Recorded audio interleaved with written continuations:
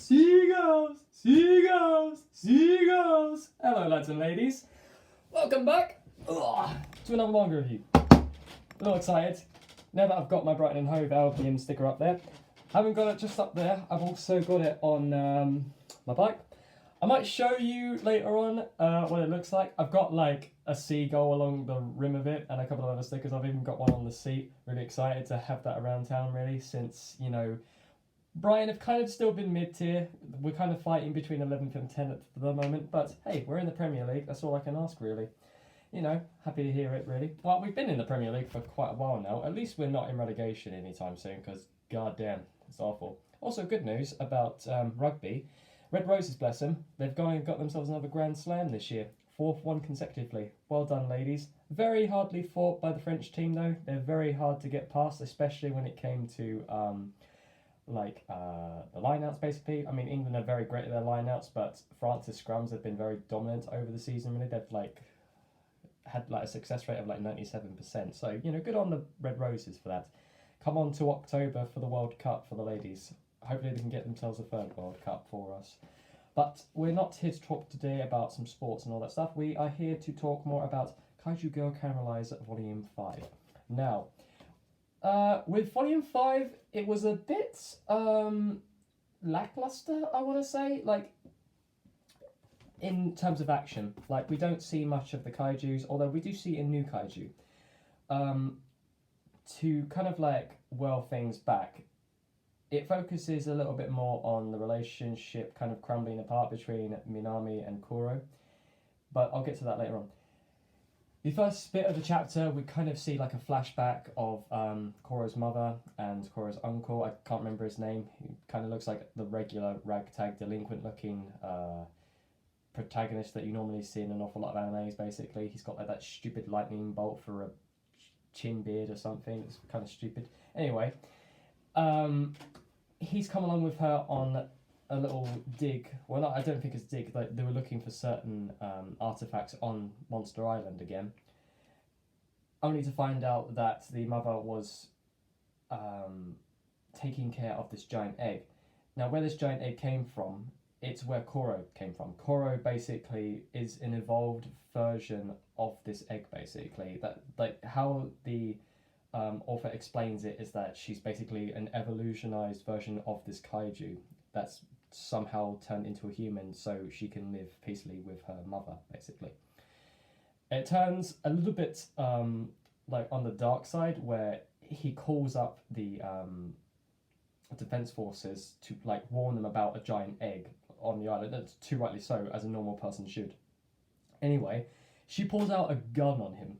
This woman pulls out a freaking Glock on this guy, and I'm thinking to myself, what the hell are you doing? This thing could kill people. This is not like Koro. This thing is giant. It is massive.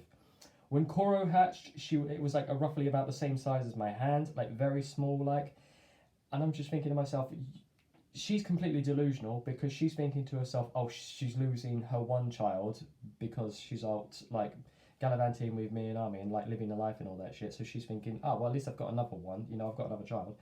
So she's kind of fixated on protecting this egg, so much so that she shoots the phone out of his hand, and they end up in a tussle. He pushes her back against the egg, which causes it to crack, and then bursts out this huge kaiju with wings that looks very similar to Koro's Harugun transformation, but it's got wings. It's got a very elongated tail.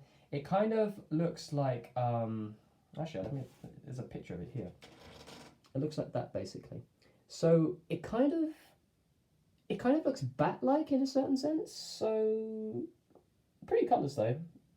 An awful lot of red. The tail looks very elongated. It's got an axe on the end of it. Well, it kind of looks like an axe. I don't know what that looks like, to be honest. It kind of looks like I'm thinking too much about Arcanites. It kind of looks like the it's like that oropathy stuff. It looks like, if you don't know what oropathy is, it's like this disease that was made up for the universe of Arcanites, where stones come out of your flesh, and it looks very solid and black and red, basically, because it's meshed with the blood of the person who unfortunately caught it. It kind of looks similar to that, but anyway, yeah. We then cut to Koro, who is having a tough time dealing with being alone due to the fact that Minami has basically said to her that, I don't want you involved within like the press because press can ruin your life. And it's understandable. He's trying to protect her, but being a woman, she's going to be very emotional about the whole situation. She's starting to think like, oh, maybe it's me. Like I'm too ugly and all that stuff. Like I don't like deserve to be in your life, and that's not the case. He's doing this mainly to protect her in a certain sense, but sometimes emotions get in the way on certain things like that. It's just a shame, really, because they're both good for each other's lives. Really, Koro brings him down to earth a bit, and Minami basically gives her kind of clarity within life. Basically, he makes her feel things that she's never felt before, which she struggled with for the longest time, really, because her mother said to her not to fall in love because it could lead to disastrous things, really, which shouldn't really be the case. Everyone should have the opportunity to fall in love. I mean, even if it doesn't work out and you don't end up with someone, at least if you've had that chance to fall in love, it feels wonderful. But it can also be the worst pain in the world if it doesn't go your way, really. Anyway, we are kind of being sidetracked. So about the guy that saw her like transform and fire her beam off the other day, a bit of an odd character. And the interesting thing with that is that she has the opportunity to find out that he is not of the correct age, if that makes sense. Like, he's a grade schooler. He's like 6 foot something and he's a grade schooler. And I'm thinking to myself, okay, this story's got to go somewhere. So I'm thinking to myself, right, this guy is probably like 6 foot something. He's had a growth spurt, understandable. And then you see his dad, and then you think, yeah, understandable now, because the dad is like 8 foot something. And I think, yeah, that's genetics right there. That's completely understandable, really. So the interesting thing, really, how the story then plays out is she obviously makes a new friend. He makes a new friend in her. They kind of like play an odd game of like Minecraft, but it's not Minecraft. I don't know the name of the actual thing itself. I think I have it here somewhere. It's like, no idea what it is. I no idea what it's something similar to it, basically. And then obviously that gets misconstrued later on. Their friendship kind of like is seen by Minami as something more, because it's the first time that they've had like this friendship. He's had this friendship with her. Basically, he hasn't had that many friends, so he's kind of very touchy-feely with her and all that. Obviously, Minami gets the wrong impressions of it, seeing him in the street when they're saying goodbye to one another. And he kind of turns to leave, and then she just expels everything out to him, like all of the bad emotions she's been feeling and all of that. And this kind of makes like this growth come out of her back. And obviously, he knows that the guy who she was hanging out with before, he knows that she is a kaiju, because he's kind of like she's basically said that it's a type of sickness, basically. And so he kind of completely understands and all that. So he sees the growth coming out, and so he throws himself on her back to like hide it, basically, because obviously Minami doesn't know. And obviously that's misconstrued again by Minami, because he thinks that she's just moved on and all that. And then she kind of like, or before all this, she basically says, maybe we should just break up because obviously we're not compatible, we're not seeing each other and all that stuff. And I just think it's the casual, like over the top, like romance crap, like like like I'm too bad for you, blah blah blah, and all that crap. So she then feels down. She heads home and all that stuff. We have no idea where the mother is at this point. She's probably still on the island with like lightning chin bearded guy. And I'm just thinking to myself, why have they not like called anyone? I mean, yeah, like she shot the phone out of the guy's hand, but she must have a phone herself. Like, you think she'd call up her daughter and like warn her, like, oh, by the way, your sister's coming to visit. And I'm like, sister? Oh, you mean the giant ass freaking kaiju bat thing? Yes, of course, yes. It would be nice to let me know about that, but no such thing happened. What a mother she is for not even warning her daughter about something coming their way. Anyway, Kuro then has the opportunity to go and have a conversation with her friends about the whole effed up situation of, the relationship ending, and they try to like talk her around, like, it's a misunderstanding. He'd probably understand it's a misunderstanding. She then goes to see him to then talk to him about it. Meanwhile, he's got a opportunity to like work in the film, basically. It's like a small 7-minute bit. It's kind of like that thing with Johnny Depp, really, with Fantastic Beasts and Where to Find Them. I'm glad that he only went for like one scene, got paid for it, and then effed off, because that same company like nearly robbed him of the opportunity to be in that film, basically. And so I'm glad that he went and got his paycheck and then effed off, basically. You know, like raising the middle finger to the studio for like cutting him because they thought he was abusive to Amber Heard, even though it was Amber Heard doing this shit to him, basically. Some bit of small justice there. Good on you, Johnny.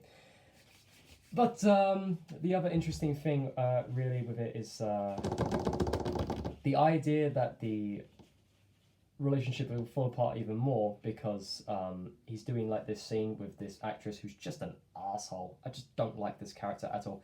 And obviously they've written her like that, so you don't like her, basically. She's just obviously using him for her gain. You know, like, she's like, oh, you stole my job, so now once you're done with this, I can then get my job back, blah, blah, blah. She even then goes to the point of calling Koro plain. And I'm thinking to myself, funny how you can say that when you have 30 pounds of makeup on your face and tits probably faker than the West End Bleeming district of Bleeming drag artists. So, you know, like, F off. Where do you get off, like, slagging someone that you haven't even met yet? It's stupid. And then she also kind of gives, like, this warning to his manager, who is obviously just a blood-sucking demon. Like, she'll take her people who she's worked with and just bleed them dry. You know, the types that will always be like, oh, you know, you got to work to bring in that dough. And I'm like, mate, you got to slow down once in a while.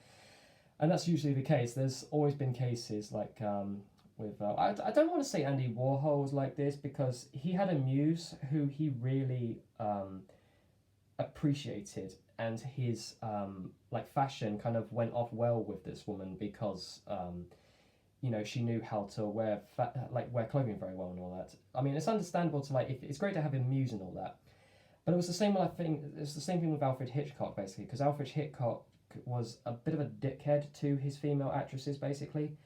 I think it was Tippi Hedren. I might be getting wrong or something with that, but it was the actress who worked in the film Birds. Like, there was this scene where he locked her in a room with, like, all of these birds, and they were, like, pecking at her and all that shit, and I think to myself, like, why was nobody, like, questioning, like, this amount of abuse? I mean, because that was abuse in that time, but people thought, oh, no, it's like, oh, he's, like, adding magic to the movie, you know, he's, like, adding that to, like, make her scared and all that shit, and I'm like, no, he's just doing that because she, like, swerved him when he tried making advances on her, and too rightly so. By the time that film ended, like, her entire career with the old Alfred Hitchcock thing ended, she kind of had like a relief thing. It was like, I think I saw the film about it where she was like on a train set. She was on a tram line. She had like a briefcase in her hand, and she was like waiting there for Alfred to say cut. And it took him like about 5 minutes to say cut, because it was like he was regretting like saying cut because he didn't want to let her go. He was like that possessive of her, really. It was really disturbing. And that's when she like dropped her briefcase, and the like relief was like, oh god, thank god I'm away from all this shit, you know.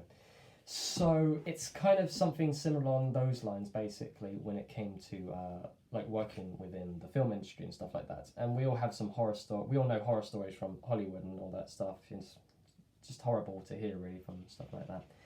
Anyway, she then sees this chick like hug Minami, even though it's part of a sketch, it's part of a scene, and you'd probably clue in, like, there's cameras around, like, you know that he's part of the film industry because of certain things like that, but no, she just doesn't clock it. She's too emotional. She just thinks, oh god, a woman's hugged the bloke I like, my life is over.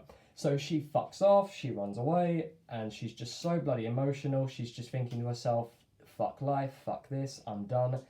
And then all of a sudden she just screeches, and then you just hear another screech from this kaiju, and she thinks, has that echoed back? Am I echoing or something? And then she sees this giant ass bat creature come out of nowhere, and she thinks, right, I'm fucked. So she just runs. She just runs into a store thinking, okay, this thing is after me. And then obviously it crashes into the building trying to get to her. Yep, this thing is after me. I don't know if it's based on this familial bond, like this thing knows that Koro is her sister, or its sister, basically. But it's interesting to find out whether or not if this thing can like transmogrify, because if Koro can do that, I think this thing can do that too. Although it might have been too late into its stage of like childbirth, or you know how it. I can't even make sense of the whole thing. How Koro can hatch when she's like what, like the size of the hands of her mother, but then it takes like fucking like 18 to like I don't know how old, however old Kuro is for the thing to hatch basically. Maybe it needed like that familial bond or touch from the mother to like hatch. I don't know how that thing works. It's kind of the similar thing with birds really, because it's not just about incubating the eggs that counts as well. It's about you know, the touch from the parent basically. It's the same thing. It's a kind of an unknown phenomenon, but that happens within children basically. Like say if you're within your mother's womb, like sometimes certain things can help affect the birth rate of the child, like listening to music from a music box, or the touch of your mother's hand, or the touch of your father's hand, or hearing their voices. Stuff like that affects the child within the womb basically. So and it might be the same thing with eggs. You never know really. It's the same thing with plants, although with plants that's more to do with like taking in carbon like dioxide for them to breathe. It was the same thing with like with what William Shakespeare did when he talked to his plants, because he knew that would help them grow because carbon dioxide and all that stuff. But here it's on more an emotional level than like a physical biological level basically. So it's interesting how that can play out. But yeah, that is where the volume ends. Spiker Aoki said that she will more than likely bring out a sixth volume. Can't wait for that. I think it will be coming out sometime in December, maybe October, it depends. I will be covering that because it's going to be a while since that comes out, so I will be starting a new book series for you guys to enjoy. And I'm really looking forward to it. Like, the anime's come out recently, I think it's in its 4th episode, and the manga's up to like its 8th volume. I won't do all volumes until I get a grasp on it, and if I like it, that is, I'll continue it. It's called Spy X Family. It's basically 2 spies. They adopt this young girl, and then they basically... It's kind of like a Mr. and Mrs. Smith type deal if they had a child, basically. If you've ever seen that with Brad Pitt and Angelina Jolie. So it'll be quite interesting to see how 2 spies raise a child whilst like doing their daily assassination attempts and shit like that. I think it'll be pretty funny and interesting. So, with that, lads and ladies, I thank you ever so much for watching, and yeah, I'll see you all in the next episode. Take care, my friends.